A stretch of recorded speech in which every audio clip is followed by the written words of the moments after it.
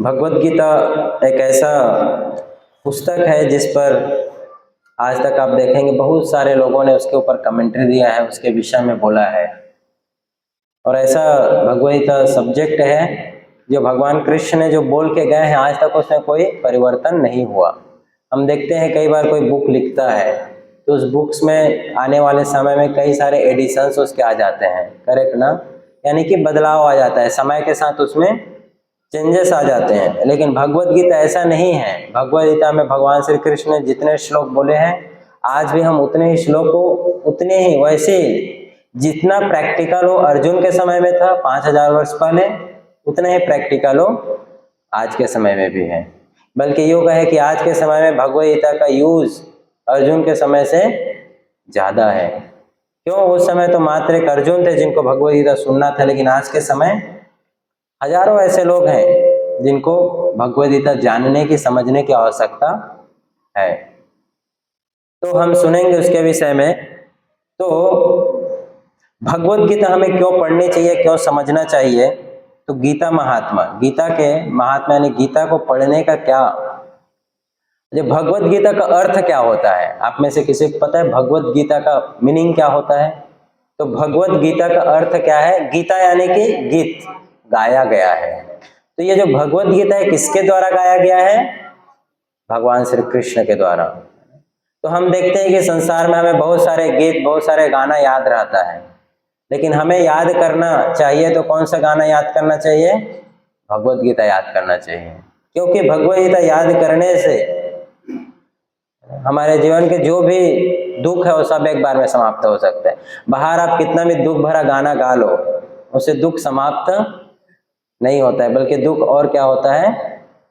बढ़ जाता है ना? और अलग अलग तरीके से सहारा लेते हैं। नहीं, भगवत गीता ऐसा है जिसे पढ़ने से आपके दुख तो मिट ही जाएंगे, बल्कि आपको आनंद की भी प्राप्ति, आनंद भी मिलेगा। नेगेटिव से सिर्फ जीरो नहीं होगा बल्कि पॉजिटिव भी जाएगा। तो गीता पढ़ने का महात्मा दिया हुआ है। गीता अध्ययनम शीलस्य, गीता महात्मा में बताया गया गीता अध्ययनम शीलस्य प्राणायाम परस्य च नैवम संति ही पापानि पूर्व जन्म कृतानि च। गीता अध्ययनम शीलस्य, अगर कोई गंभीरता पूर्वक, निष्ठा पूर्वक, सिंसियरिटी के साथ, सीरियसली कोई भगवत गीता पढ़ता है, समझता है, तो क्या होगा?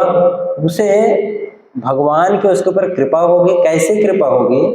कि उसके जितने भी पूर्व जन्म के पाप हैं, जो भी गलत है उसके जीवन में, जो दुर्भाग्य है, वो सब एक बार में क्या होता है? समाप्त हो जाता है। नैवम संति पापानि, सारे जो पाप है, दुष्कर्म है, जो गलत अनर्थ है, वो सब एक बार में समाप्त हो जाएगा। कब का? सिर्फ इसी जन्म का ही नहीं जो हमने बचपन से किए होंगे, बल्कि पूर्व जन्म कृतानि च, पूर्व जन्म के भी जो हमको याद भी नहीं है, वो सब भी क्या होगा? एक बार में मिट जाएगा। ऐसा कोई प्रोसेस है? ऐसा कोई प्रोसेस नहीं है। दूसरा, जो हमें याद नहीं है वो भी क्या होगा? इसके साथ मिट जाता है। इसीलिए हमें गीता को क्या करना चाहिए? शीलस्य, शीलस्य यानी कि गंभीरता पूर्वक, निष्ठा पूर्वक, सिंसियरिटी के साथ, with great determination Bhagavad Gita पढ़ना चाहिए। हम प्रतिदिन स्नान करते हैं जल से, करेक्ट ना? पानी से हम प्रतिदिन क्या करते हैं? अपने शरीर को धोते हैं। गर्मी के दिनों में, ठंड में तो नहीं स्नान करते हैं। कॉलेज स्टूडेंट्स स्पेशली, मैं जब कॉलेज में था तो मेरे फ्रेंड्स जो थे वो कंपटीशन रहता था कौन कितने दिन तक नहीं नहाएगा। लेकिन गीता शास्त्र उस समय ऐसा नहीं था। जब ये गीता बोला गया तो बोला गया प्रतिदिन जिस तरह से हम जल से स्नान करते हैं और क्या होता है? शरीर को धोते हैं, तो हमें अपने जीवन के पापों को धोने के लिए, अपने जीवन का जो दुख है उसको मिटाने के लिए, उसको किससे स्नान करना चाहिए? भगवत गीता का जो शब्द है, श्लोक है, उस श्लोक से स्नान करना चाहिए। मलिन मोचलम पुंसा जला स्नानम दिने दिने, हम शरीर के मल को, शरीर की गंदगी को साफ करने के लिए जल से स्नान करते हैं। तो कहा गया कि सकृतम गीता स्नानम, गीता अमृतम स्नानम संसार मल नाशनम, जो संसार का मल है, जो संसार के जो दुख है, अशुद्धियां हैं, उसे साफ करने के लिए किससे स्नान करना चाहिए? गीता के उस अमृत वाणी से, अमृत शब्द से। इससे क्या होता है, क्यों गीता का जब हम श्लोक रिसाइट करते हैं, पढ़ते हैं, तो क्योंकि जो गीता का जो ज्ञान है, जो वाणी है, वो हमें अपने आप प्यूरिफाई करता है। अब ऐसे ही जैसे मान लो लाइट आता है तो अंधेरा अपने आप क्या होता है, वहां से समाप्त हो जाता है। अंधेरा मिटाने के लिए कोई दूसरा एफर्ट डालने की जरूरत है नहीं, सिंपली स्विच को ऑन करो, अंधेरा अपने आप गायब हो जाता है। उसी तरह से जीवन में अगर हमें आनंद को लाना है, अपने जीवन में आनंद की प्राप्ति करनी है, तो हमें गीता को सिर्फ अपने जीवन में, भगवत गीता को पढ़ना शुरू करना है। गीता सो गीता कर्तव्यम कि मन्ने शास्त्र विस्तरे यह स्वयं पद्मनाभस्य मुख पद्मानी सुत। जैसे आप देखिए, जो गंगा कहते हैं, गंगा के जल में कोई स्नान करता है तो उसके सारे पाप क्या होते हैं, धुल जाते हैं। ऐसा शास्त्र में बताया गया है कि गंगा के जल में कोई स्नान करता है, गंगा जल में, तो उसके सारे पाप धुल जाते हैं। क्यों? क्योंकि गंगा का जो जल है वो कहाँ से निकल रहा है, भगवान श्री विष्णु के पैर को, चरण को स्पर्श करके वो गंगा इस संसार में प्रवेश करती है। तो भगवान के चरण को स्पर्श करके जो इस संसार में प्रवेश कर रही है, उसमें इतना शक्ति है कि वो हमारे जीवन के पापों को समाप्त कर सकती है।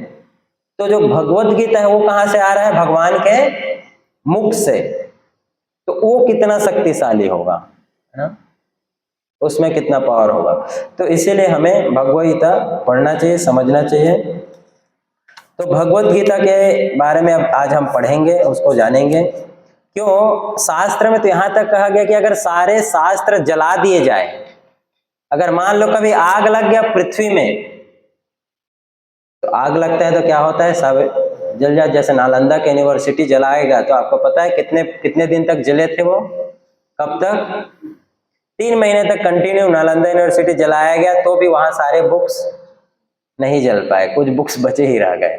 तो आप समझ सकते हैं कि वैदिक ग्रंथ कितना विशाल है, कितने ग्रंथ हैं वैदिक साहित्य में, जिसे 3 महीने तक कंटिन्यू जलाने के बाद भी क्या रहा, बचा रहा। अगर जलाने का ऐसा मौका आ जाए कि सब कुछ जलाना पड़े, तो एक शास्त्र अगर बचा हुआ है तो वह सफिशिएंट है। कौन सा शास्त्र? भगवत गीता। अगर भगवत गीता बचा हुआ है तो सब कुछ ठीक है। अगर हमारे पास पढ़ने के लिए समय नहीं है तो हमें सिर्फ एक बुक पढ़ना चाहिए, क्या? भगवत गीता।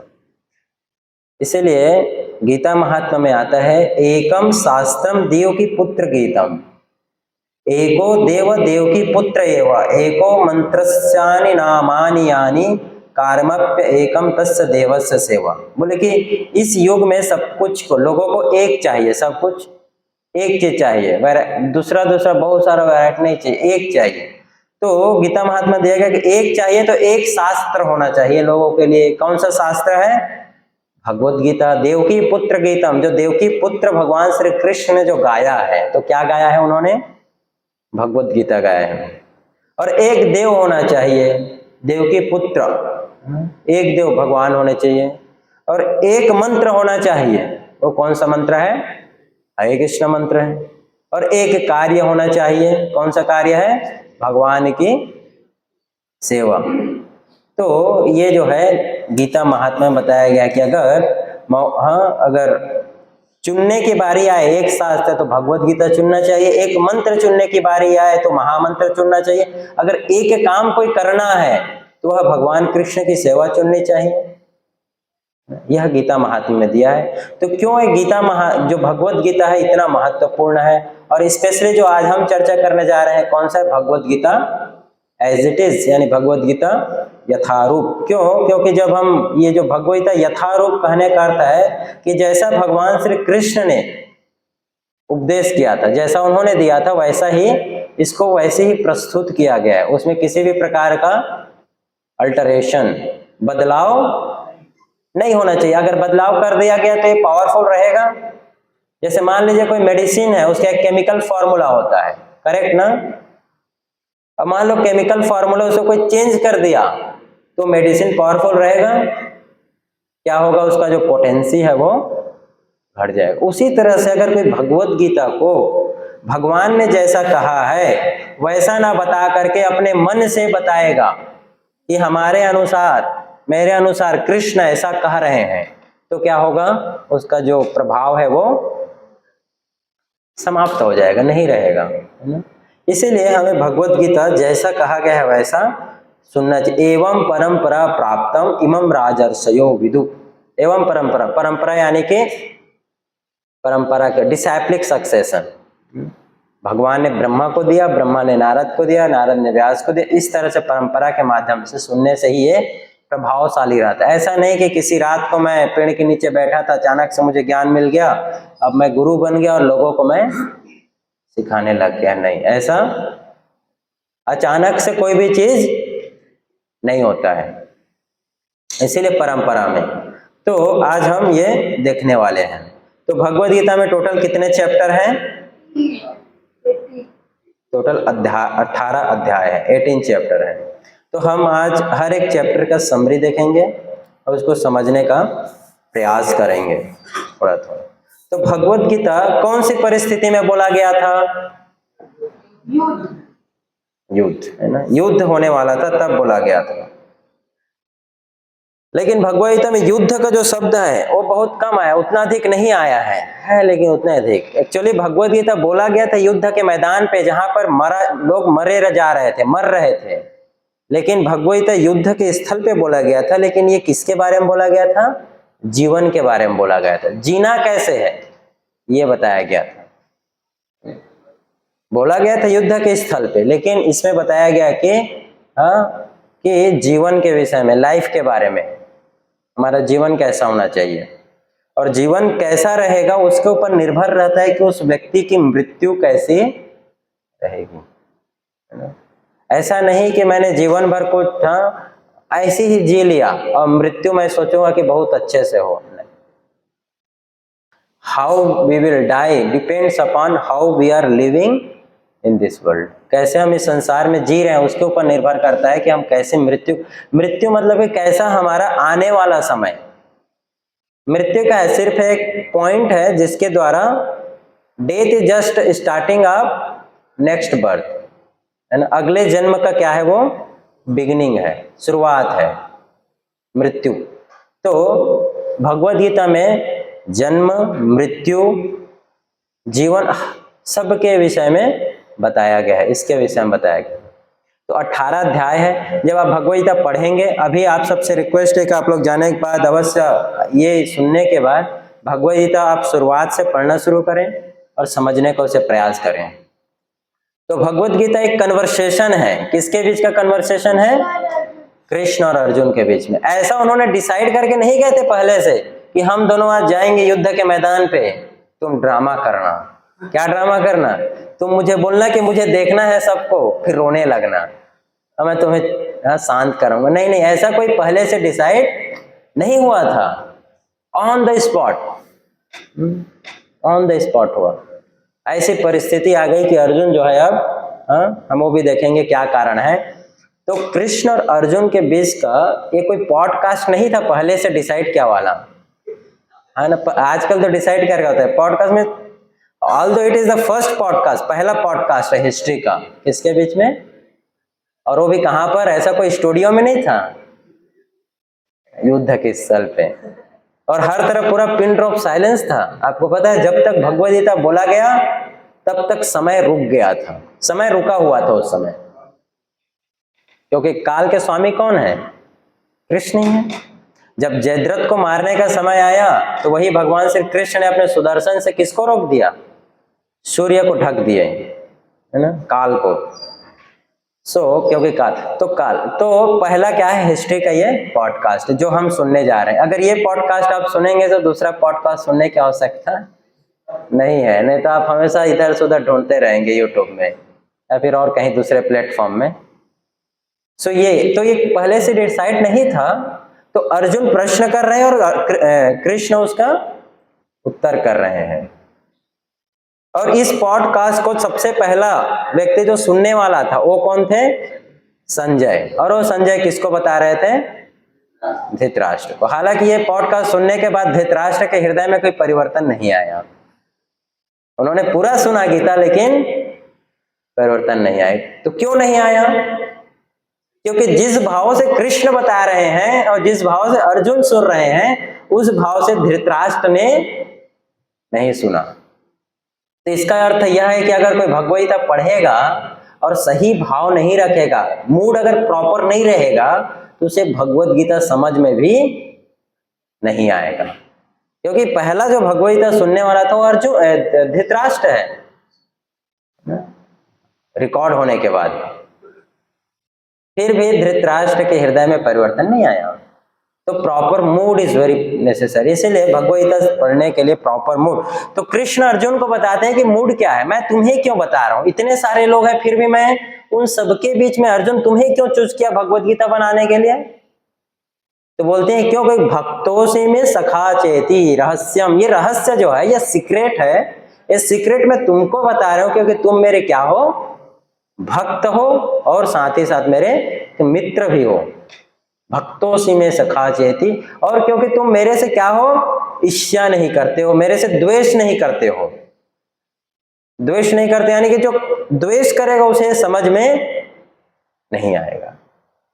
बिकॉज तुम मेरे से अनुसूया, तुम मेरे से ईर्ष्या रहित हो, ईर्ष्या नहीं करते, इसीलिए तुम्हें भगवद गीता समझ में आएगा। क्योंकि और ईर्ष्या क्यों नहीं करते तुम, मेरे से एनवी क्यों नहीं करते, क्योंकि तुम मेरे क्या हो, भक्त हो, इसलिए मैं तुम्हें गीता सुना रहा हूं। तो ये प्रॉपर मूड है ना भगवद गीता सुनने का, समझने का।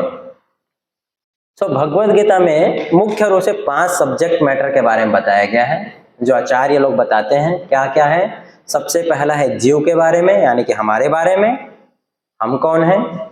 उसके बाद बताया गया है ईश्वर के बारे में कि भगवान कौन है, और हमारा और भगवान के बीच का संबंध क्या है। उसके बाद बताया गया है कि ये जो काल है, काल क्या है, काल कैसे कार्य करता है, समय वो कैसे काम करता है, जीव इस काल के प्रभाव में कैसे आ गया, क्योंकि जीव तो सनातन है, हम सनातन है, परमानेंट है, फिर काल के प्रभाव में कब आया, कैसे आया। प्रकृति क्या है, चौथा विषय है प्रकृति के बारे, नेचर के बारे में, कि नेचर है क्या, सृष्टि क्या है, ये जो नेचर हो, ये नेचर कैसे कार्य करे। जो नेचर है, ये नेचर 3 गुणों के द्वारा हमें हमारे ऊपर प्रभावित कर, हमें कार्य कर, हमारे ऊपर ये कार्य करती है। 3 गुण कौन से हैं, सतोगुण, रजोगुण और तमोगुण। इसके विषय में गीता में आपको मिलेगा जानने को। और ये 3 गुणों के कारण ही हर व्यक्ति का स्वभाव अलग अलग होता है।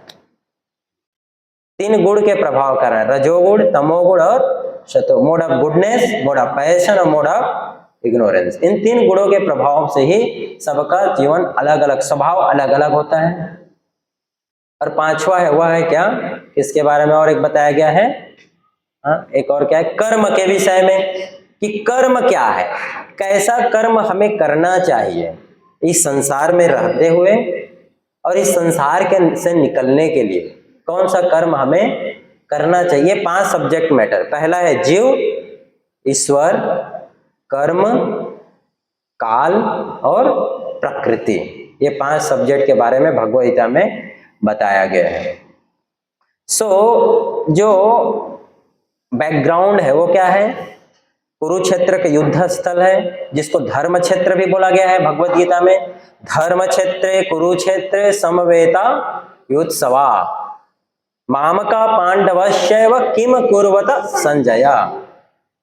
कि धृतराष्ट्र, सबसे पहला जो भगवद गीता का श्लोक है, वो पहला वर्ष कौन बोला है, धृतराष्ट्र ने कहा। पहला जो वर्ष है भगवद गीता का वो धृतराष्ट्र ने कहा है। किसको कहा, अर्जुन संजय को कहा। क्या प्रश्न किया, धर्म क्षेत्र कुरुक्षेत्र, बोले कि जो धर्म क्षेत्र है, धर्म का स्थल है, जहां पर धर्म की ही जीत होती है, वो कुरुक्षेत्र में मामका पांडवश्य, मेरे बेटे और पांडव, ये दोनों वहां एकत्रित हुए हैं। क्या कर रहे हैं, तो क्या करेंगे वहां पर वो लोग। अगर कोई युद्ध के स्थल पे गया है तो क्या करने के लिए गया है वहां पर, पार्टी करने के लिए, युद्ध करने के लिए, है ना। तो युद्ध, जो धृतराष्ट्र है उसे संशय हो रहा है, कहीं धर्म क्षेत्र है तो कहीं युद्ध ना रुक जाए, इसलिए पूछे युद्ध शुरू हुआ कि नहीं हुआ, जल्दी शुरू होना चाहिए, इस भाव से। और यहां पर हमें पता चलता है धृतराष्ट्र क्या बोलता है कि मेरे पुत्र और पांडव, पांडु के पुत्र।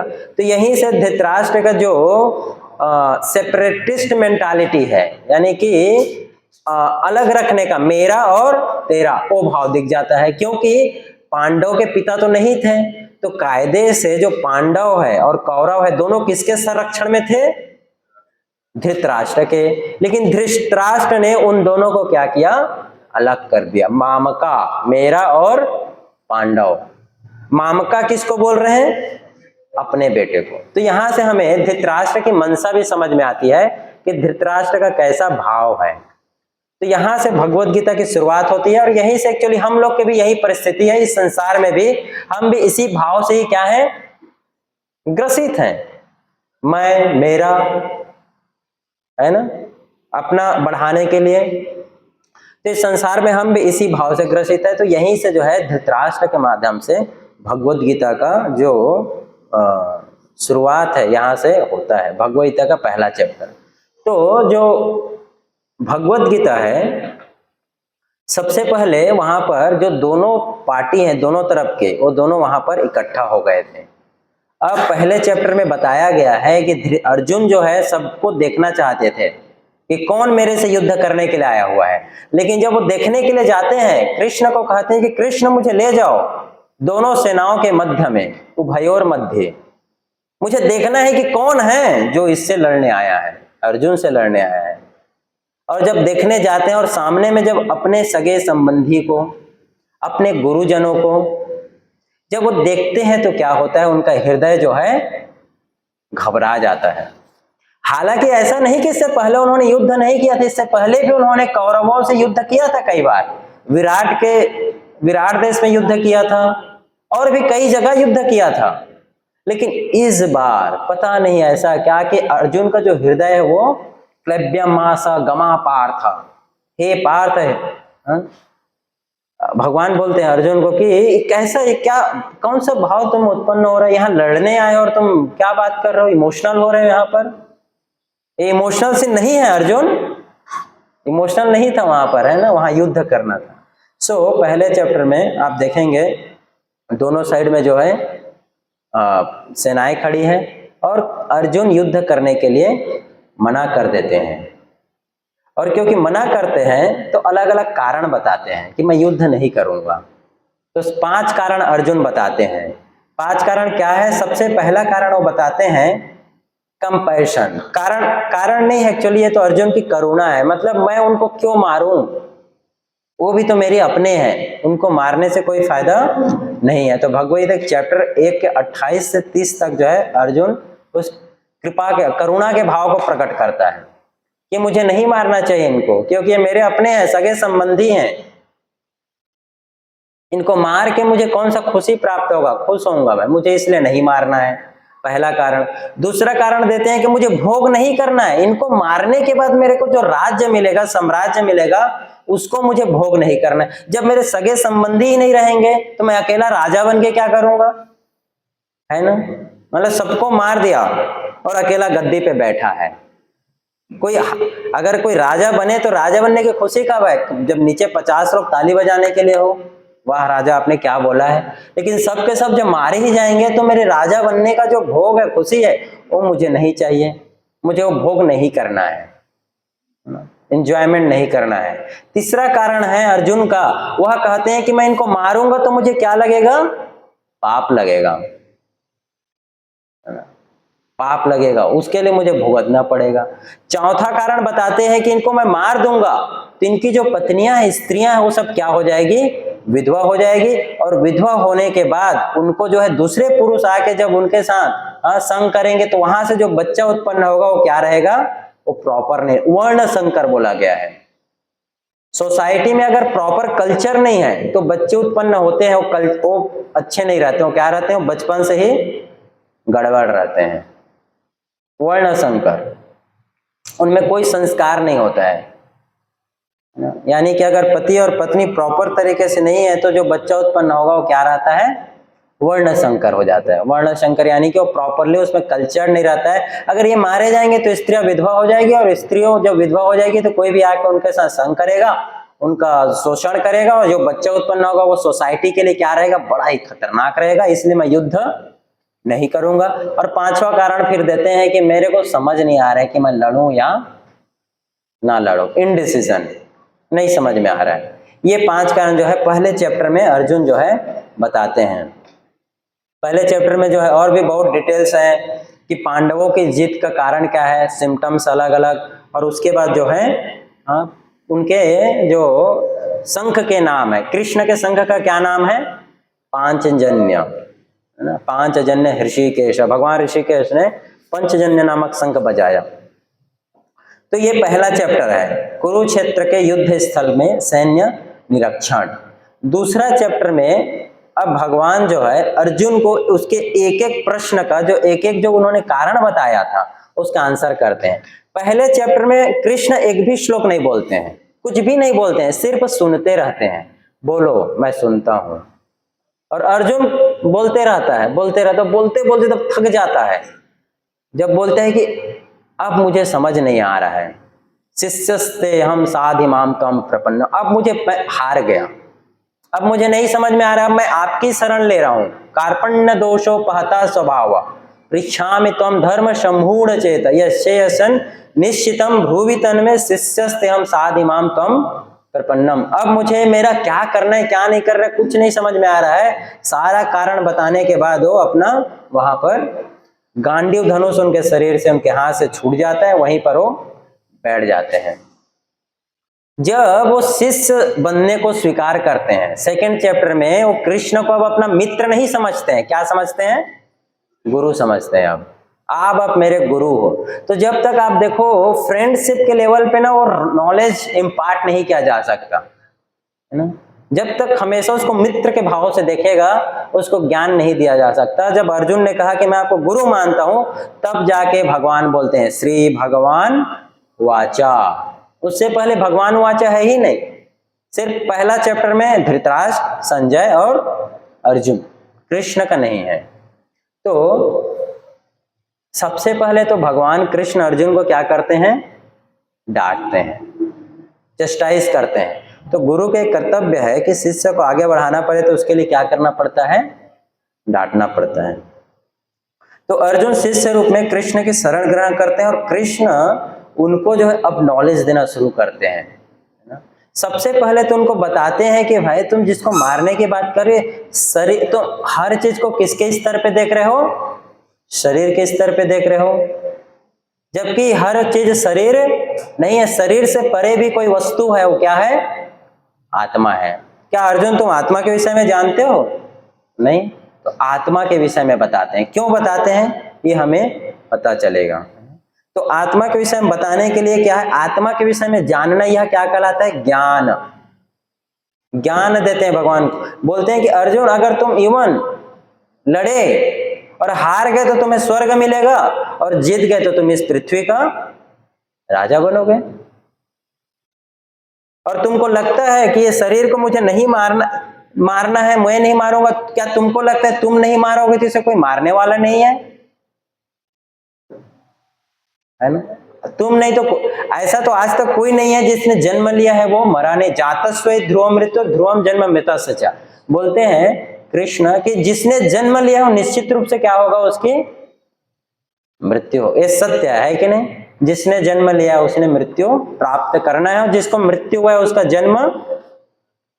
आप देखो आज तक कितने लोग जन्म ले चुके हैं सृष्टि में, कोई काउंट है आज तक कितने लोगों ने जन्म लिया है, नहीं। और कितने लोग मरे हैं, कोई काउंट है, ऐसे कोई डेटाबेस कोई तैयार कर रहे हैं क्या, कितने लोग मरे जा रहे हैं उनकी संख्या। भारत में ही कितने लोग आज तक मर गए हैं मृत्यु को प्राप्त। तो जिसने जन्म लिया, तो ये ज्ञान बताते हैं। उसके बाद ज्ञान के बाद बोलते हैं कर्म कांड। ठीक है, तुम्हें नहीं पता तो कर्म कांड के विषय में बताते। कर्म कांड का अर्थ है कि कम से कम तुम्हें भौतिक भोग की इच्छा के लिए तो कार्य कर लो, कम से कम तुम्हें आनंद तो मिलेगा, या अगर कर लोगे तो। फिर कर्म कांड से ऊपर उठा के बुद्धि योग के बारे में बताते हैं, और बुद्धि योग के बाद फिर बताते हैं कि ये एक मुक्त आत्मा का जो कर्म करते हुए किसी भी चीज से प्रभावित नहीं होता, सुख दुख लाभ हानि जयो जयो, है ना, जय पराजय, इन सब से प्रभावित नहीं होता है। इसके विषय में जो है मुख्य रूप से कहा जाए तो दूसरे चैप्टर में आत्मा के बारे में भगवान अर्जुन को बताते हैं। जब आप पढ़ेंगे तो वहां पर आपको आत्मा के अलग अलग सिम्टम के बारे में, आत्मा का क्या क्या लक्षण है, वो सब आपको जानकारी मिलेगा दूसरे चैप्टर में। और दूसरे चैप्टर में फिर स्थित प्रज्ञा से का भाषा, जो स्थित प्रज्ञा यानी कि जो इस संसार की चीजों से प्रभावित नहीं होगा, कौन है, उसके विषय में जानकारी देते हैं, लक्षण बताते हैं जब आप पढ़ेंगे तो आत्मा के क्या क्या लक्षण है वो पूरे सेकंड चैप्टर में भगवान जो है 17वें श्लोक से 25वें श्लोक तक बताते हैं कि शरीर में क्या अंतर है, आत्मा में क्या शरीर और आत्मा के बीच का अंतर बता, और ये भी बताते हैं कि कैसे हम एक शरीर से दूसरे शरीर में देहांतर प्राप्ति, एक शरीर से दूसरे देह को प्राप्त करते हैं। तो ऐसे आपको कितने सारे स्टोरीज, अभी पुनर्जन्म की कथाएं सुनने को मिलेगा जो साइंटिस्ट ने प्रूव किया कि एक जन्म से दूसरे जन्म को प्राप्त किया जा सकता है। और उसके बाद जो है वो भगवान की कैसे सकाम कर्म योग के बारे में बताते हैं, सकाम कर्म योग, निष्काम कर्म योग। निष्काम कर्म योग का अर्थ होता है कि जो रिजल्ट आएगा, फल आएगा, उससे आसक्त हमें नहीं होना चाहिए, है ना। तो ये आपको सेकेंड चैप्टर में बताते हैं। जब इस तरह से भगवान ज्ञान के विषय में बताते हैं, हाँ, सेकेंड चैप्टर में ही जब वो यह बताते रहते हैं कि कैसे कोई व्यक्ति मुक्त बनेगा, मुक्त हो सकता है, तो वहीं पर बताते हैं कि कोई व्यक्ति अगर अपने जीवन को ध्यान पूर्वक नहीं जिएगा, भक्ति नहीं करेगा, तो तुरंत गिर जाएगा नीचे। और गिरने का क्या क्या स्टेप्स हैं वो भी बताते हैं। ध्यायतो विषयान पुंसा संगस्तेषु उपजायते, संगा संजायते कामा, कामत क्रोधो विजायते। तो प्रॉब्लम कहाँ शुरू होता है, बोलते हैं भगवान, प्रॉब्लम होता है कहाँ से, जब व्यक्ति जो इंद्रिय तृप्ति की विषय वस्तु है, एंजॉय करने का जो विषय वस्तु, उसके ऊपर क्या करना शुरू करता है, कंटेम्पलेट करना शुरू, उसके विषय में सोचना शुरू करता है। तो जब किसी विषय वस्तु के बारे में सोचेगा तो क्या होगा, उस वस्तु से उसे आसक्ति हो जाएगा, और आसक्ति होने के बाद लस्ट आएगा, और लस्ट होने के बाद अगर लस्ट पूरा नहीं हुआ तो क्रोध आएगा, और क्रोध पूरा नहीं हुआ तो उसका बुद्धि नाश हो जाएगा, और बुद्धि नाश होगा तो वापस से इस संसार में भौतिक फिर से वापस वही साइकिल में फंसा रहेगा। तो यह स्टेप बताया है भगवान ने कैसे कोई इस चीज से निकल सकता है। पहले ऑब्जेक्ट ऑफ सेंसेस, फिर अटैचमेंट आता है, फिर लस्ट, और लस्ट फुलफिल नहीं हो तो एंगर, और एंगर के बाद डिल्यूजन, फिर बिविल्डरमेंट ऑफ द मेमोरी, बुद्धि का नाश होना, और बुद्धि का नाश हो गया तो बुद्धि समाप्त, और फिर वापस इस संसार में। यह सेकेंड चैप्टर में बताते हैं। तब सेकेंड चैप्टर में बताने के बाद कृष्ण लास्ट में बोलता है इसलिए हमें कर्म करना चाहिए। तो अर्जुन प्रश्न पूछते हैं, है ना, अर्जुन पूछते हैं और कृष्ण बताते हैं, जब वो कहते हैं कि हमें फल का जो है ध्यान में रख, फल को जो है निष्काम कर्म योगा, फल के जो फल आ रहा है उसे अर्पण करते हुए कार्य करो, रिनंसिएशन, त्याग करते हुए। तब उसके विषय में जो है भगवान जो है अर्जुन को बताते हैं। तीसरा चैप्टर जो है भगवद गीता का कर्म योग के बारे में है ना। तो सबसे पहले बताते हैं निष्काम कर्म योग। निष्काम कर्म योग का अर्थ यह होता है, सिंपल आप समझे, कि कोई भी हम काम कर रहे हैं तो उसका जो रिजल्ट आ रहा है उस रिजल्ट को किसको अर्पण करना है, भगवान को। कर्म हम करेंगे लेकिन जो फल है वो फल किसके अधिकार में है, भगवान के अधिकार में, और उनको अर्पण कर देना, उनको ऑफरिंग करना है, उसको निष्काम कर्म योग कहा गया है। कर्म कांड क्या होता है, कर्म कांड का अर्थ होता है कि मैं कर्म करूंगा, जो रिजल्ट आएगा उसे मैं ही क्या करूंगा, भोग करूंगा। मैंने मेहनत किया, मैं उसका फल पाऊंगा, किसी को नहीं दूंगा मैं, ये कर्म कांड कहलाता है। और कर्म कांड से भी नीचे का स्तर क्या होता है, एनिमल। तो सबसे जो निचला स्तर है वो क्या है, पशु। पशु से ऊपर होता है कर्मकांड, कर्मकांड से होता है सकाम कर्म। सकाम कर्म का क्या अर्थ होता है कि जो रिजल्ट आ रहा है वो रिजल्ट को जो है मैं भोग करूंगा, लेकिन जो कर्म है वो कर्म कैसा रहेगा, शास्त्र के अकॉर्डिंग रहेगा, जो शास्त्र में बोला गया है, जो मना किया गया वो नहीं करेगा, उसको सकाम। और जब रिजल्ट को भगवान को अर्पण करता है तो क्या कहलाएगा, निष्काम कर्म योग, यानी कि ब्रह्म का ज्ञान उसे आत्मा के विषय में नॉलेज में, आत्मा के बारे में जानेगा तभी तो अर्पण करेगा, तो वह निष्काम। और निष्काम कर्म योग करता है तो उसको लगता है कि जब मैं रिजल्ट ऑफरिंग कर ही रहा हूं तो मुझे और किसके बारे में जानना चाहिए, आत्मा के विषय में और जानना चाहिए। और जब आत्मा के विषय में और जानने का प्रयास करता है तो उसे क्या योग कहा गया है, ज्ञान योग कहा गया है। और फिर जब योग के माध्यम से प्राणायाम, अष्टांग योगा जो है उसके माध्यम से जब जानने का प्रयास करेगा तो वह क्या कहलाता है, ज्ञान योग, अष्टांग योग। और जब भक्ति के माध्यम से, डिवोशन के माध्यम से भगवान को जानने का कोई प्रयास करता है, भगवान को अर्पण करता है, कार्य करता है, तो वह कहलाता है भक्ति योग। तो भक्ति योग भगवद गीता का एपिटोम है, यानी सारे शास्त्रों का एपिटोम है। ये भक्ति जो है शास्त्रों का जो निचोड़ है वो भक्ति है। इसीलिए भगवद गीता में भी जो शुरुआत के 6 चैप्टर है वो कर्म योग, लास्ट के 6 चैप्टर जो है ज्ञान योग, और बीच का जो 6 चैप्टर वह क्या है, भक्ति योग। उसी तरह से जैसे मान लो कोई एक बहुत ही ज्वेल बॉक्स है, एक मूल्यवान बॉक्स है, तो बॉक्स का ऊपर का होता है, नीचे होता है, और बीच में क्या होता है, जो ज्वेल है, मूल्यवान वस्तु है। तो ऊपर का क्या है, कर्मयोग, नीचे का ज्ञान योग, और जो बीच में जो रखा हुआ है ज्वेल वो क्या है, भक्ति योग, भक्ति है। या फिर आपके एग्जांपल दे, जैसे सैंडविच है, सैंडविच में ऊपर में होता है, नीचे होता है ब्रेड, और बीच में क्या होता है, क्रीम। सबसे इंपॉर्टेंट, क्रीम को ऊपर में नहीं रखते हैं ना, बीच में डाल। तो वैसे ही ज्ञान योग और कर्म योग के बीच में भक्ति को छिपाया गया है ना?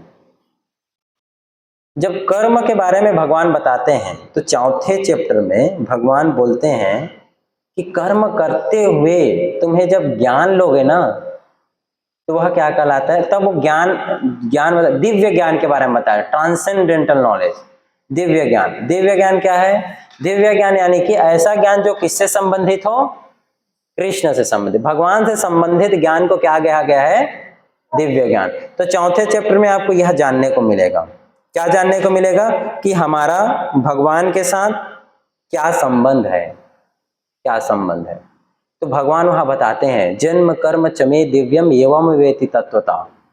बोलते हैं कि जो मेरे बारे में जानता है अर्जुन, मेरे बारे में सुनेगा, मेरे कर्म के बारे में, मेरे जन्म के बारे में, वह इस संसार को छोड़ने के बाद वापस इस संसार में आने की आवश्यकता नहीं होता है। दिव्य ज्ञान, ट्रांसेंडेंटल नॉलेज के बारे में बताते हैं। और यह बताते हैं मोक्ष जो है वो क्या होता है। हाँ, और ऐसा ज्ञान जो है, ये ज्ञान कोई कर्म योग करता रहेगा तो उसे ज्ञान मिलेगा। करने के बाद आत्मा के विषय में जब जानेगा, आत्मा के बाद तो परमात्मा के स्तर पे, तो ये जो है दिव्य ज्ञान के स्तर पे आता है। और यहीं पर भगवान ये भी बताते हैं कि अर्जुन, तुमसे पहले मैंने ये जो गीता का ज्ञान है किसको दिया था, सूर्य देव को दिया था। सूर्य देव को मैंने तुमसे पहले भगवद गीता का ज्ञान दिया था। और मैं बार बार इस संसार में आता हूं, परित्रणाय साधूनां विनाशाय च दुष्कृतां धर्म संस्थापनार्थाय संभवामि युगे। इसी चैप्टर में 4थे अध्याय में बताते हैं दिव्य ज्ञान में कि मैं आता हूं, लेकिन मैं तुम्हारी तरह नहीं आता हूं। तुम्हारी तरह नहीं मतलब एक जीव की तरह नहीं आता हूं। हम जैसे आ रहे हैं, हम अपनी इच्छा से आए हैं नहीं, हमें जबरदस्ती यहाँ आ गया, और अगले जन्म में फिर कहीं भेजा जाएगा, अपनी इच्छा से नहीं। लेकिन कृष्ण के साथ नहीं, कृष्ण बल्कि आके अपने माता पिता को बताते हैं कि पिछले जन्म में भी तुम मेरे माता पिता थे, और मेरा नाम ये था, तुम्हारा नाम ये था। बोलते हैं कि हे देवकी, वसुदेव, पिछले जन्म में तुम कौन थे, सबसे पहले तुम सुतपा थे और पृश्नी गर्भ थे, उस समय पृश्नी थे, मैं उस समय पृश्नी गर्भ के नाम से जन्म लिया। उसके बाद आप अदिति थे और एक कश्यप थे, उस समय मैंने वामन के रूप में जन्म लिया, और अभी आप देवकी और वसुदेव हैं, और अभी मैं कृष्ण के रूप में आया हूं। आप में से ऐसा कोई है जो जाके जन्म लेती बताया कि सुनो आओ दोनों, नर्स को बोला कि बुलाओ दोनों को, मम्मी पापा किधर है हमारे, पिछले जन्म में आप ये थे और आप ये थे और मैं वो था? नहीं, कृष्ण ये बता रहा, ये दिखाता है कि कृष्ण हमारी तरह बाउंडेड नहीं थे। और उसी चैप्टर में भी भगवान ये बताते हैं कि गुरु के पास जाने की आवश्यकता क्या है ना, तद विधि परिपाते ना परिप्रश्ने ना सेवया, गुरु के पास जाके ये जो ज्ञान है, इस ज्ञान को कोई अपने आप नहीं समझ सकता। इस ज्ञान को प्राप्त करने के लिए उसको किसी ना गुरु, एक बोनाफाइड गुरु, बोनाफाइड यानी कि एक प्रमाणिक गुरु के पास जाने की आवश्यकता है। और कृष्ण ये चैप्टर के लास्ट में बोलते हैं कि यह ज्ञान लेने के बाद व्यक्ति को कृष्ण भावना भावित कर्म करना चाहिए। कृष्ण कॉन्शियसनेस में रह करके उसे कर्म करना चाहिए। तो उस कर्म को क्या कहा गया है? उस कर्म योग को कहा गया एक्शन इन कृष्ण कॉन्शियसनेस, यानी कृष्ण भावना भावित कर्म। ये मुख्य रूप से निष्काम कर्म योग का ही है ना, पार्ट वही है। तो इस चैप्टर में आप पढ़ेंगे तो आपको पता चलेगा इसमें कि कैसे एक भक्त होता है या फिर एक कर्म योगी है, वो कर्म तो करता है लेकिन उस कर्म से उसको बिल्कुल भी आसक्ति नहीं रहता है, वो पूरा का पूरा ऑफरिंग भगवान को देता है। एक कर्म योग में बताया गया है। और ऐसा बताते हुए भगवान कृष्ण बोलते हैं कि व्यक्ति को कैसा होना चाहिए, अलग अलग गुणों के बारे में बताया गया है। उसको शांत रहना चाहिए, उसमें जो क्वालिटीज है वो क्वालिटीज उसको वैष्णव क्वालिटीज डेवलप करने चाहिए, आध्यात्मिक दृष्टि उत्पन्न करना चाहिए, पंडिता समदर्शिना, उसको हर तरफ समान दृष्टि से देखना चाहिए, है ना। समान दृष्टि मतलब समान दृष्टि यानी कि जो जैसा है वैसा देखना चाहिए, जो जैसा है वैसा देखना चाहिए। कोई वस्तु, जैसे चाणक्य पंडित बोलते हैं कि अगर रास्ते पे चल रहे हो और कोई पैसा गिरा हुआ है, किसी का धन गिरा हुआ है, तो उसको किस भाव से देखना चाहिए? उसे मिट्टी के समान दें। क्यों? क्योंकि वो आपको बिलोंग नहीं करता, वो किसी और की संपत्ति है। मात्रवर्पदारेषु लोष्टवत, इस तरह से चाणक्य पंडित बोलते हैं उसमें, बताते हैं कि अगर कोई धन दिख रहा है कहीं पर पड़ा हुआ है रास्ते में, तो मिट्टी के समान देखना चाहिए, पर स्त्री को माता के भाव से देखना चाहिए। और कोई इस तरह का दृष्टि उत्पन्न करेगा तो समाज में आप देखो अपने आप क्या होगा, शांति अपने आप आ जाएगा। अगर दूसरे स्त्री को, पर स्त्री को माता के भाव से देखेगा, ना कि ऑब्जेक्ट ऑफ सेंस ग्रेटिफिकेशन, इंद्रिय तृप्ति के भाव से नहीं देखेगा कि भोग की दृष्टि से, तो अपने आप समाज में शांति। तो भगवान बताते हैं कि हमें एज इट इज देखना चाहिए। एज इट इज यानी कि जो जैसा है वैसा ही देखना चाहिए, गलत भाव से यानी परवर्टेड फॉर्म में नहीं देखना चाहिए, शरीर के स्तर पे नहीं देखना चाहिए।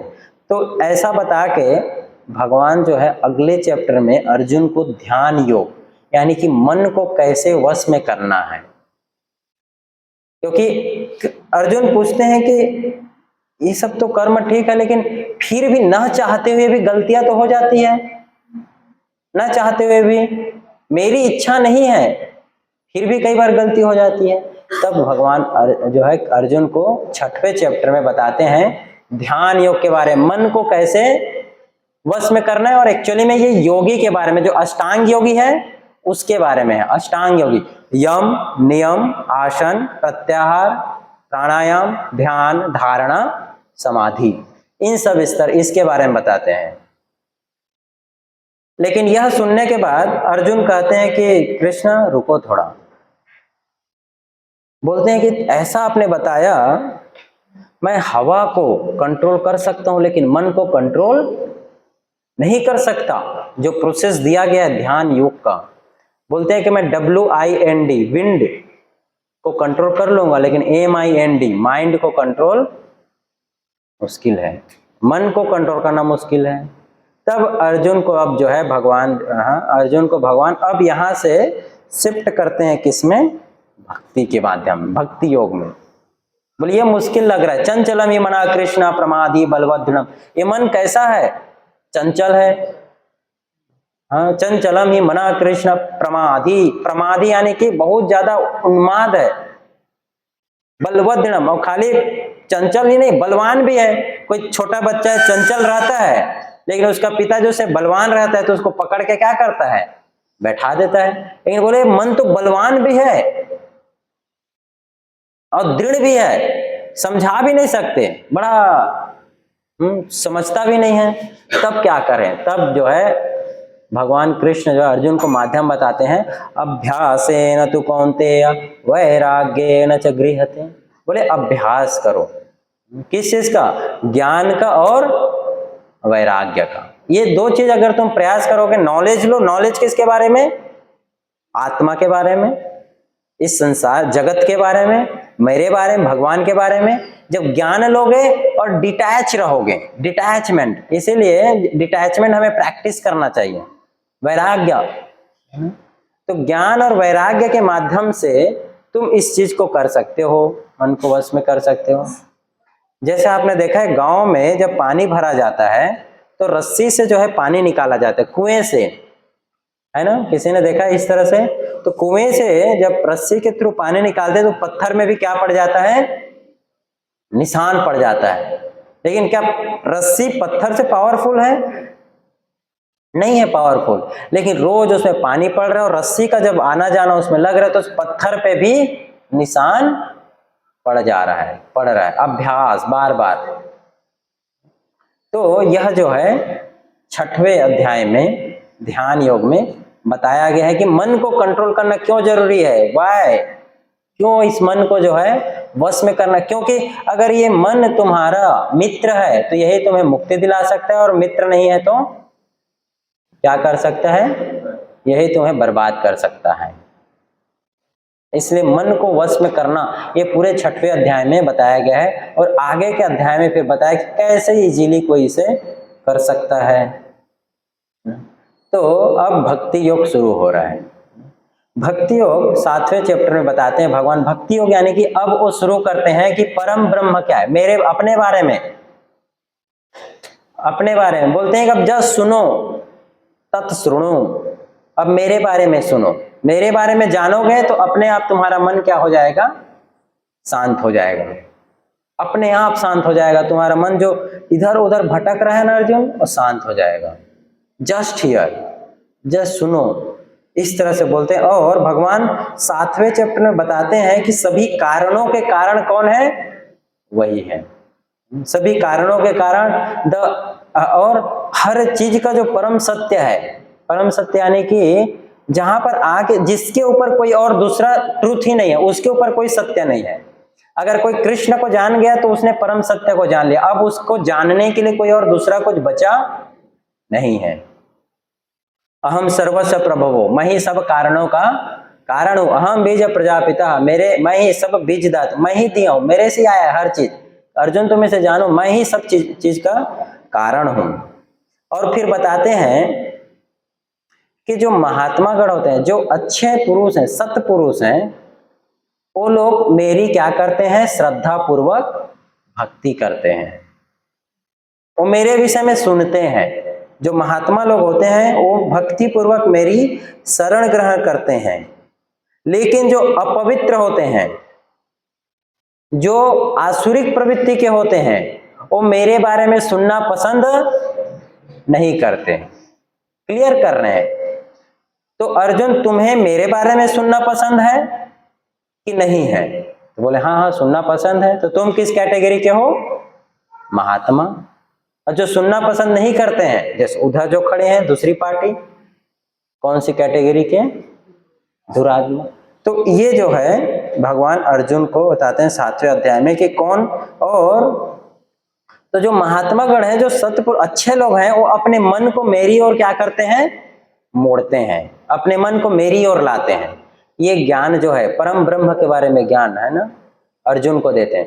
और ज्ञान देने के बाद बोलते हैं कि उस ज्ञान जो परम ब्रह्म के बारे में दिया, उसको प्राप्त कोई कैसे कर सकता है, उसे मिलेगा कैसे? तो 18वें अध्याय में देते हैं। 18वें अध्याय का नाम क्या है? हाँ, उस परम ब्रह्म को, भगवान को कोई प्राप्त कैसे कर सकता है। तो इसमें भगवान बताते हैं कैसे कर सकता है। तो सिर्फ जैसा जैसा भाव वो अपने जीवन में ग्रहण करेगा, उस भाव से वो मुझे प्राप्त करेगा, अटेन करे। तो सीधा बताते हैं कि जो भक्ति पूर्वक अपने जीवन भर मेरा स्मरण करने का प्रयास करते हैं, श्रवण कीर्तन करते रहता है, श्रवण कीर्तन विष्णु स्मरणम, यह करते रहता है, स्वाभाविक रूप से जीवन के अंत में किसको प्राप्त करता है? मुझे प्राप्त करता है। और जो इसके विपरीत कुछ करता है वो उसे प्राप्त करेगा। जैसे कोई अगर हाँ, भगवान बोलते हैं पितृयांति, हाँ, पितृव्रता, जो हाँ देवताओं की पूजा कर रहे हो देवताओं को प्राप्त करेगा, देवता लोग को जाएगा। कोई भूत पिशाच की पूजा कर रहे हो भूत पिशाच लोग को जाएगा। तो जो जिसकी श्रद्धा जहां पर होता है वो उस चीज को प्राप्त करता है। इसलिए तुमको अपनी श्रद्धा कहाँ लगाना चाहिए? मेरे ऊपर। यम यम वाप स्मरण भाव, मेरे ऊपर लगाओ। तो ये 8वें अध्याय में जो है अर्जुन को बताते हैं, है ना, और बोलते हैं कैसे संभव? सिर्फ श्रवण करके सुनो, मेरे बारे में सुनो, यहां से शुरू होता है, मेरे बारे में सुनो। सुनने मात्र से तुम्हारा जो हृदय है, मन है, वो बदलेगा। और अर्जुन और बहुत सारे प्रश्न भी इसमें किए रहते हैं कि ब्रह्म क्या है, अध्यात्म क्या है, शरीर क्या है, हाँ ये देवता लोग कौन है। तो सारे प्रश्नों के उत्तर भी इसी अध्याय में अर्जुन को देते हैं। 9वें अध्याय में भगवान जो है अर्जुन को परम गुह्य ज्ञान, परम गुह्य ज्ञान ये बताते हैं। ये क्या है? परम गुह्य ज्ञान यानी कि जो बहुत सीक्रेट है, हालांकि ये इजीली लोग सुन सकते हैं पढ़, लेकिन इसे समझना उतारना क्या है, बड़ा ही मुश्किल है। जैसे एक बार एक व्यक्ति श्रील प्रभुपाद जी के पास आया और श्रील प्रभुपाद जी को उसने कहा कि स्वामी जी मुझे पूरा भगवद गीता याद है और मैं 1 घंटा 45 मिनट में पूरा भगवद गीता का श्लोक सुना सकता हूं। तो वो व्यक्ति में अहंकार था, सुना सकते। तो प्रभुपाद जी ने कहा कि अच्छी बात है, आप सुना सकते हो 1 घंटा 45 मिनट में, लेकिन क्या तुम 1 घंटा 45 मिनट भगवत गीता को जी सकते हो अपने जीवन में? तो ज्यादा महत्वपूर्ण क्या है? इसको जीना, भगवत गीता को अपने लाइफ में जीना।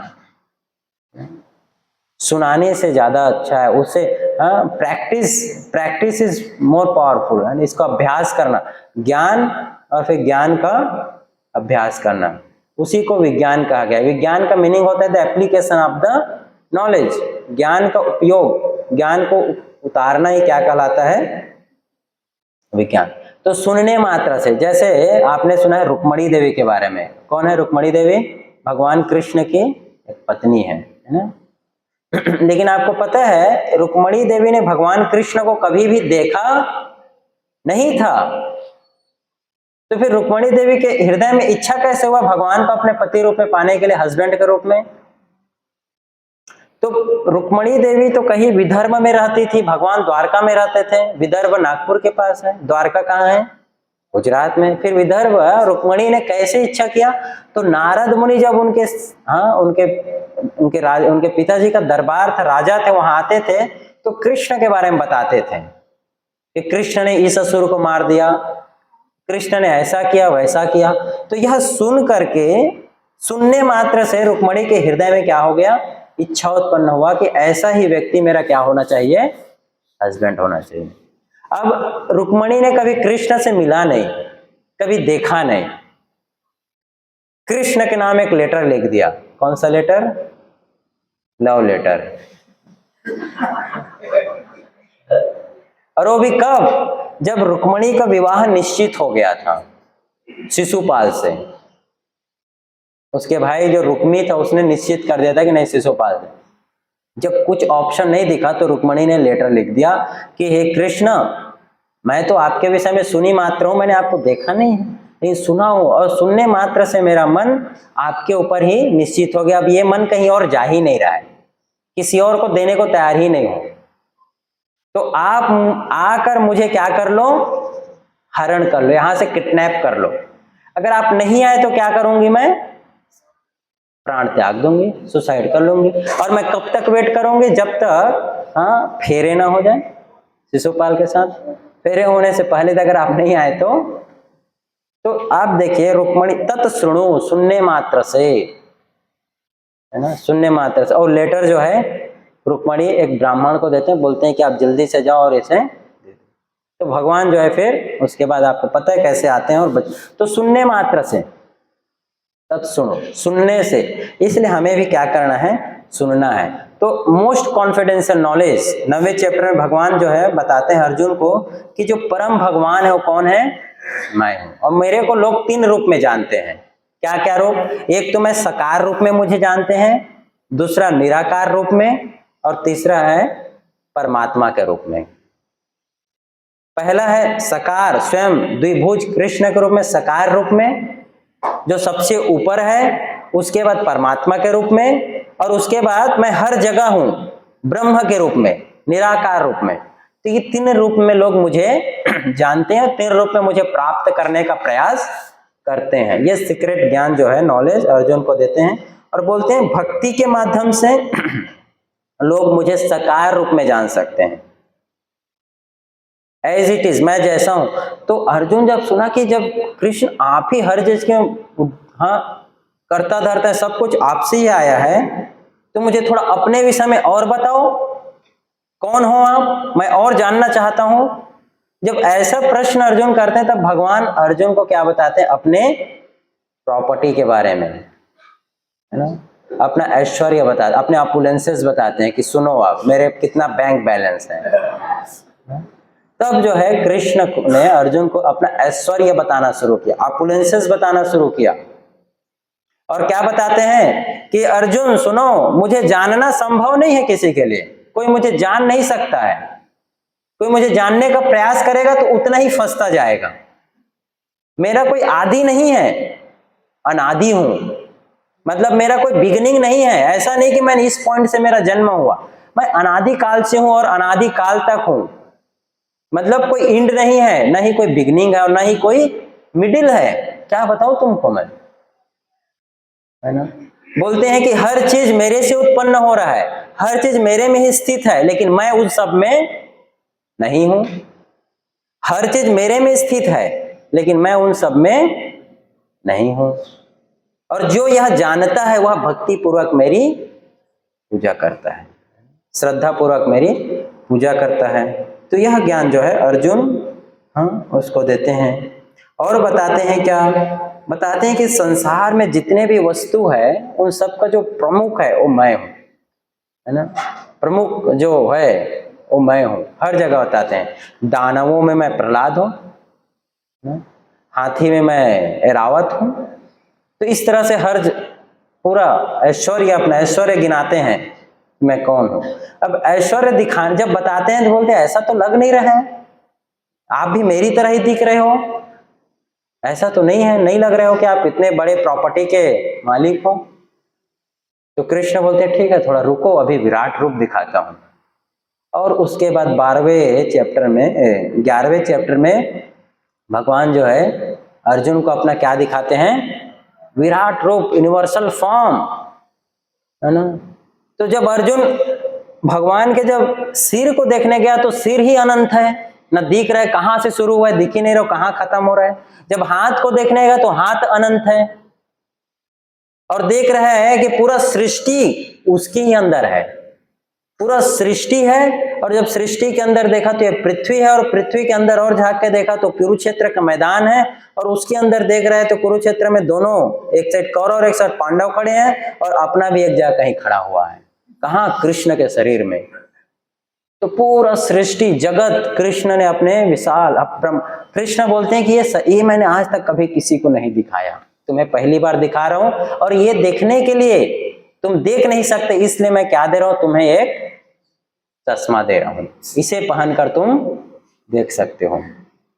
दिव्य चक्षु, ट्रांसेंडेंटल आई, ये पहनो, और इसे पहनने के बाद तुम मुझे देख सकते हो।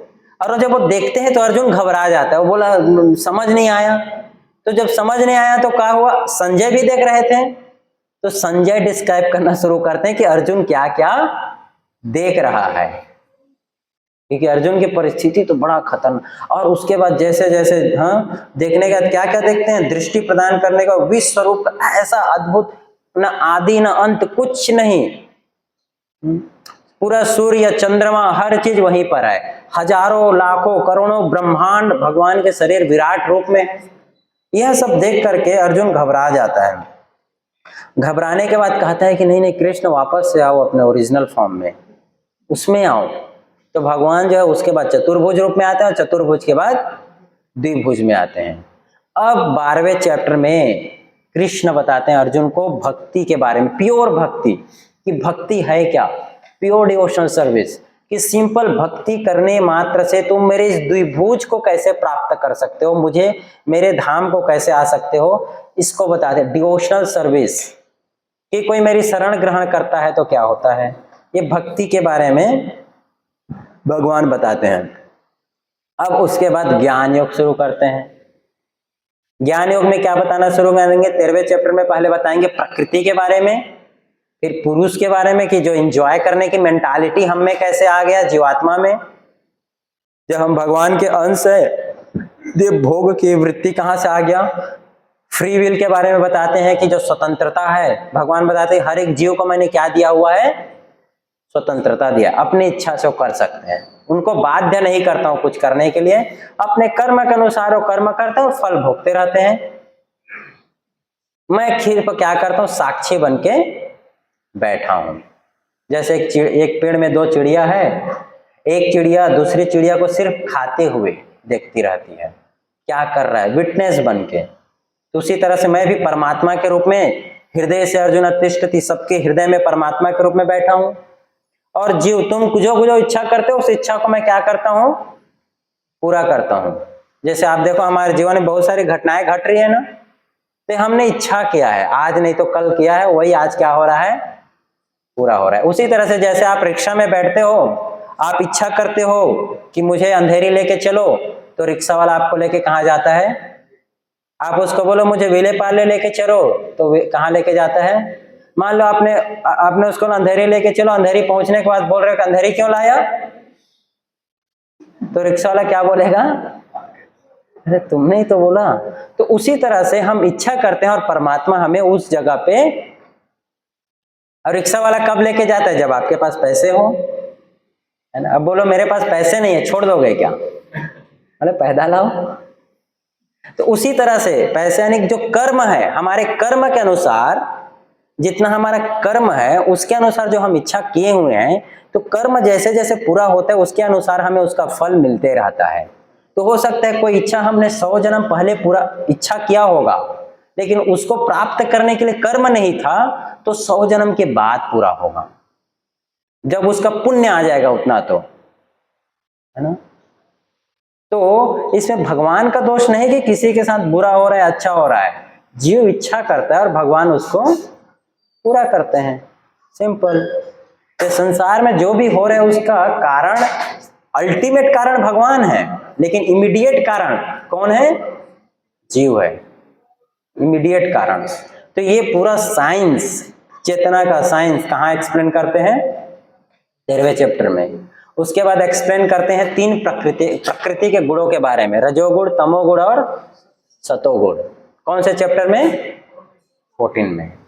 कि सुख दुख क्या क्यों आता है जीवन में, कैसा हमें खाना चाहिए, और कैसे जीवात्मा इन 3 गुणों के चक्कर में फंसा हुआ है, ये बताते हैं। और 15वें चैप्टर में भगवान बताते हैं कि कैसे व्यक्ति इस संसार से मुक्त हो सकता है, कैसे मुक्त हो सकता है, वो योगा के बारे में बताते हैं, ज्ञान समरी देते हैं उसका, कैसे हम इस संसार से मुक्त हो सकते हैं। 15वें अध्याय में बताते हैं कि संसार कैसा है, उस भगवत जो स्पिरिचुअल वर्ल्ड है, वैकुंठ का क्या है, परछाई है।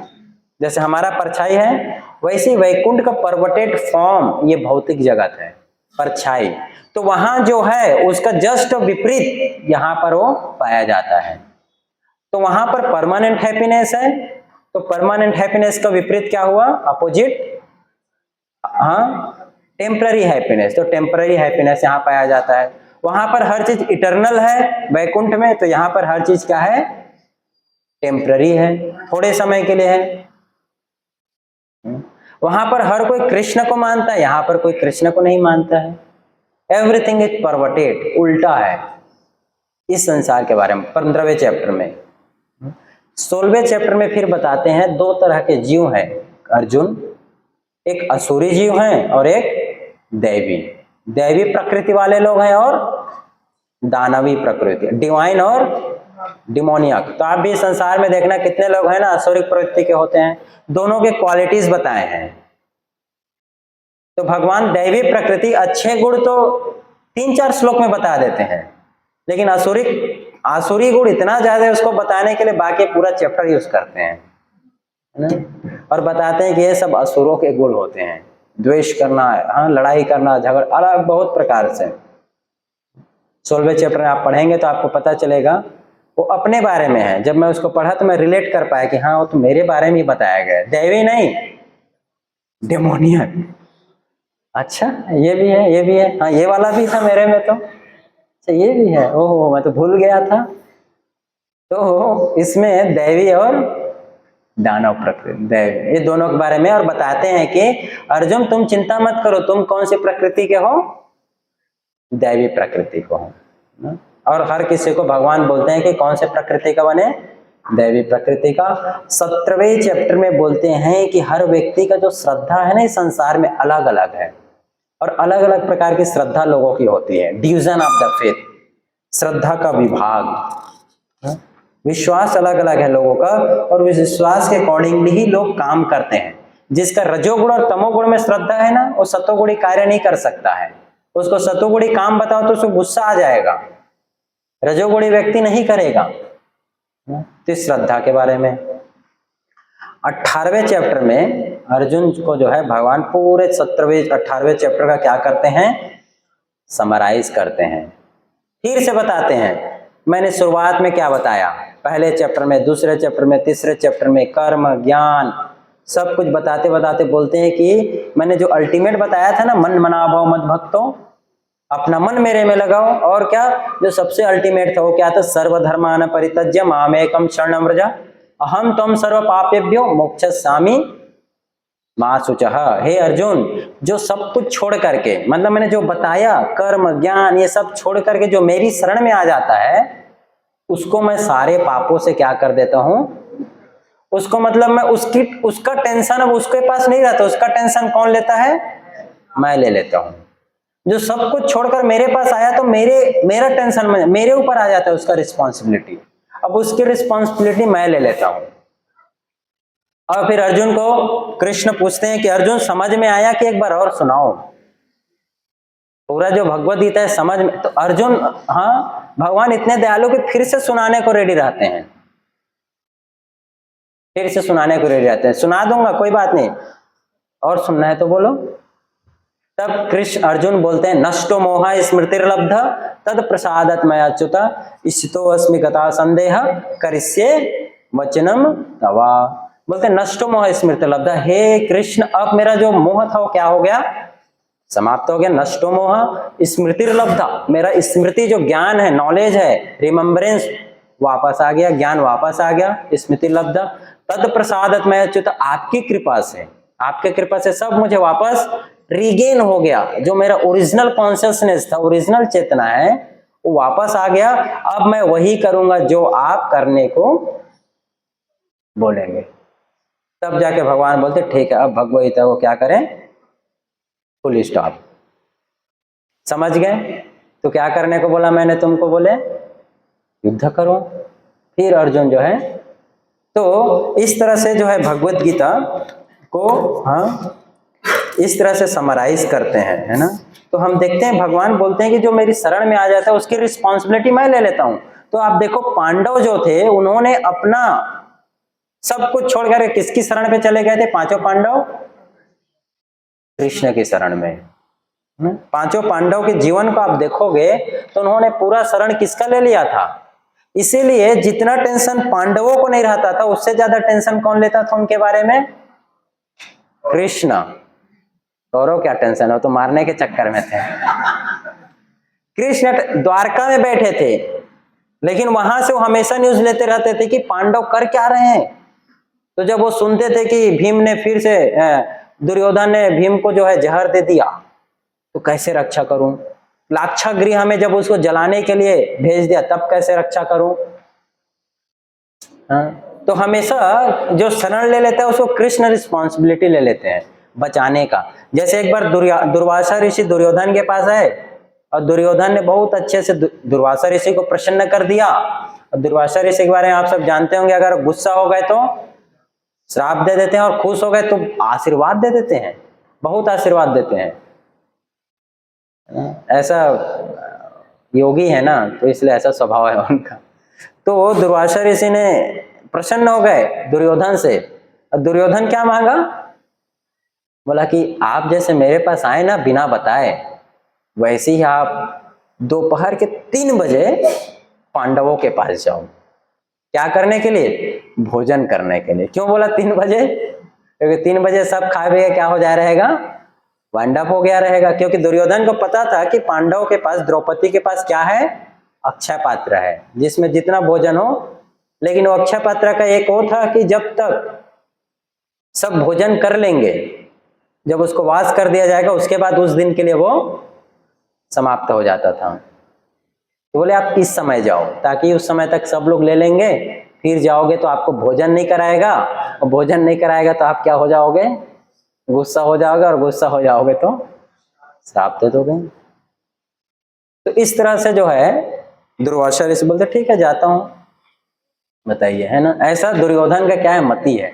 जैसे एक बार एक व्यक्ति जो है भगवान की तपस्या किया, भगवान प्रसन्न हो गए, बोले कि आ गए, बोले कि मांगो क्या मांगते हो। लेकिन भगवान बोले कि देखो वो व्यक्ति भी तपस्या किया, कौन, तुम्हारा पड़ोसी, तो अब के तुम्हारे पास से मेरे को उसके पास भी जाना है, तो मैं दोनों एक साथ कर देता हूं, तुम जो मांगोगे उसका डबल मैं उसको दे दूंगा। पड़ोसी बोला अच्छा, जो मैं मांगू उसका डबल, टेंशन में आ गया। बोला 1 करोड़ अगर मैं मांगा तो उसको कितना मिलेगा, 2 करोड़। अब पड़ोसी क्या करूं मैं, क्या करूं, पूरा बताओ उसका मन कहाँ करूं अब। हाँ, अपने बारे में नहीं सोच रहा है, क्या सोच रहा है पड़ोसी। हाँ, क्या बोलता है कि भगवान आप मेरा एक आंख निकाल लो, तो पड़ोसी का आंख निकाल लो, आप मेरा एक पैर तोड़ दो भगवान, पड़ोसी का दोनों पैर टूट गया। फिर बोला आप मेरे को ना हल्का सा, एकदम हल्का सा हार्ट अटैक दे दो, तो उसको। तो आजकल अगर कोई भगवान की भक्ति करेगा तो प्रार्थना भी ऐसे करते हैं, बताइए, दूसरों को अरे अच्छा नहीं करते हैं ना। तो दुर्योधन ऐसा था, चाहता तो अच्छा मांग सकता था दुर्वासा ऋषि से, लेकिन नहीं जाऊं। तो मैं इसलिए बता रहा था कि भगवान कैसे अपने जो शरण ले लेता है तो रक्षा करते हैं। तो दुर्वासा ऋषि आ गए, अब पांडव जो है वहां बैठे तो बोले कि हमें भोजन कराओ, लेकिन बोले कि हम स्नान करके आ रहे हैं नदी से, जब तक आएंगे तब तक आप क्या करो, भोजन। और दुर्वासा ऋषि अकेले नहीं जाते हैं, अपने साथ 60,000 शिष्य, 60,000 शिष्यों को लेके जाते हैं। 1-2 रहे तो समझ में आता है, कहीं से पड़ोसी से मांग के खिला दिया जाए, 60,000 लोगों के लिए कौन देगा। तो और द्रौपदी को बोले द्रौपदी तैयार करो, द्रौपदी बोले कहाँ से तैयार करें, अभी अक्षय पात्र में कुछ है नहीं, भोजन है नहीं, अभी कुछ नहीं, अभी तो मरना ही है, अभी आएंगे और श्राप दे देंगे वो। तब द्रौपदी ने भगवान को स्मरण किया। भगवान तत्पर थे आने के लिए, रक्षा करने के लिए, लेकिन वो यह क्या वेट कर रहे थे, कब मुझे बुलाए। तो द्रौपदी ने बुलाया, तुरंत भगवान आ गए, बोले कि, और आके भगवान क्या ड्रामा किया, मुझे भूख लग रहा है, वो खिला दो। बोले उसी लिए तो बुलाया है, ऑलरेडी कुछ भूखे गए हैं अभी ना स्नान करने के लिए, कुछ भी नहीं है। बोले नहीं कुछ तो चाहिए, मुझे खाना है, भूख लग रहा है, जाओ लाओ कुछ लाओ। कुछ नहीं है, मैंने सब, हाँ हमने ले लिया, साफ करके लिया मैंने पूरा लास्ट में। बोले नहीं जाओ चेक करो। तो अक्षय पात्र में 1 अन्न का दाना था, तो वो जो है द्रौपदी लाके किसको खिलाती है, भगवान श्री कृष्ण को। कृष्ण जैसे ही खाते हैं, कृष्ण तुष्टम जगत तुष्टम, कृष्ण को प्रसन्न किया तो पूरा जगत प्रसन्न तुष्ट अपने आप हो जाए। तो यहाँ भगवान कृष्ण 1 अन्न का दाना खाते हैं, और ढकार कितने लोग को आता है उधर, 60,000, एक इंक्लूडिंग दुर्वासा ऋषि स्नान कर रहे हैं। और दुर्वासा ऋषि को लग रहा है मेरा पेट तो भरा भरा क्यों लग रहा है, कुछ खाने में ओवरफ्लो हो रहा है गर्दन तक। और युधिष्ठिर को मैंने बोल भी दिया है, क्या करूं। और दुर्वासा ऋषि अपने शिष्यों की ओर देखे तो वो लोग भी ढका लेना शुरू कर दें। मैं क्या करें क्या करें। दुर्वासा ऋषि बोले कुछ नहीं करे, चलो यहाँ से, भाग जाते हैं। तो इस तरह से भगवान जो है अपने भक्तों की रक्षा करते हैं। तो यह भगवत गीता सुनने के बाद संजय क्या कहते हैं, सुनो। संजय जो सुने थे ना पूरा भगवत गीता, वो क्या कहते हैं। ये भगवत गीता का ओवरव्यू हमने देखा, आप अवश्य पढ़िए। यह सुनने के बाद संजय युधिष्ठिर जो धृतराष्ट्र को सुना रहे थे, वो कहते हैं क्या, केशव अर्जुन यो पुण्यो हृष्यामि च मुहुर्मुहु। बोलते हैं कि जब मैं कृष्ण और अर्जुन के मध्य हुई इस आश्चर्यजनक तथा पवित्र वार्ता को बारंबार स्मरण करता हूं तो मेरे प्रति क्षण आह्लाद से गदगद हो उठता हूं। हाँ, संजय कह रहे हैं कि जब इस सुना कन्वर्सेशन सुन के मेरा हृदय क्या हो जा रहा है, बार बार मुहुर्मुहु यानी कि बारंबार हृदय गदगद हो जा रहा है, प्रसन्नचित हो जा रहा है। और बोलते हैं क्या, बोलते हैं विस्मयो में महान राजन हृष्यामि च पुनः पुनः। हे धृतराष्ट्र, ये तो मुझे बार बार सुनने की इच्छा हो रही है। धृतराष्ट्र क्या बोले कि चुप रहो, अभी नहीं सुनना मेरे को, पुनः पुनः मुझे बार बार सुनने की इच्छा हो रहा है। मैं हे राजा भगवान कृष्ण के अद्भुत रूप का जो स्मरण करते हुए मेरा मन आश्चर्यचकित हो रहा है और मुझे बार बार पुनः पुनः हर्षित हो रहा हूं। तो ये भगवद गीता पढ़ने का क्या है, नतीजा है ना। कोई अगर पढ़ता है इस तरह से तो। और लास्ट में संजय बोलते हैं अंतिम श्लोक भगवद गीता का, यत्र योगेश्वरा कृष्ण यत्र पार्थो धनुर्धर तत्र श्री विजयो भूतिर ध्रुवा नीतिर मतिर ममः। कहते हैं कि जहां पर भगवान कृष्ण है यानी कि ये गीता का ज्ञान है, और जहां पर अर्जुन है यानी कि उसको जानने वाला, भगवद गीता सीखने वाला, वहां पर निश्चित रूप से ये सारा चीज रहेगा। क्या क्या, ऐश्वर्य रहेगा, विजय रहेगा, विक्ट्री रहेगा, अलौकिक शक्ति रहेगा, पावर रहेगा वहां पर, और नीति यानी कि वहां वर्चुअस निश्चित रूप से वहां रहेगा, ऐसा मेरा मत है। तो जहां पर भगवद गीता का ज्ञान है, भगवान कृष्ण है, जहां अर्जुन है, वहां पर निश्चित रूप से ऐश्वर्य, विजय, अलौकिक शक्ति और नीति निश्चित रूप से वहां रहेगा। इसलिए आप भी अपने जीवन में इसे लाइए, तो हमारा भी जीवन क्या हो जाएगा, इन चीजों से परिपूर्ण हो जाएगा और हम भी अपने जीवन के लक्ष्य को प्राप्त करेंगे। Okay, thank you very much. Hare Krishna Krishna Krishna Hare Hare, Hare Ram Ram Ram Hare Hare. Thank you very much. किसी कोई प्रश्न है तो पूछ सकते हैं, अदरवाइज अभी ड्रामा